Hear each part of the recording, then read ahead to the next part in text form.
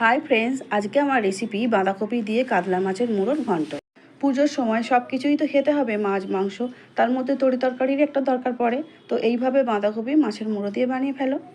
বাঁধাকপি ঝুড়ো ঝুড়ো করে কেটে নিয়েছি, আলু কেটে নিয়েছি, একটা পেঁয়াজ রেখেছিলাম সেটাও কেটে নিয়েছি। এবারে কড়ার তেল গরম হয়ে গেছে, মুড়োগুলো তেলের মধ্যে দিয়ে দিলাম আর খুব সুন্দর করে ভেজে তুলে নিলাম। ওই কড়াতেই দিয়ে দিলাম জিরে, শুকনো লঙ্কা, তেজপাতা। একটু ভেজে নিয়েই আলুগুলো দিয়ে দিলাম। আলুগুলো খুব ভালো করে ভেজে নেওয়ার পরে পেঁয়াজ কুচিগুলো ভেজে নিলাম। তারপরে দিয়ে দিলাম আদা বাটা, রসুন বাটা আর জিরে গুঁড়ো। খুব ভালো করে কষে নেওয়ার পরে কেটে রাখা বাঁধাকপিগুলো তুলে দিলাম। এর মধ্যে দিয়ে দেবো লঙ্কা গুঁড়ো, হলুদ গুঁড়ো আর পরিমাণ মতো নুন আর চিনি। আর দিয়ে দেবো ভেজে রাখা কাতলা মাছের মুড়ো।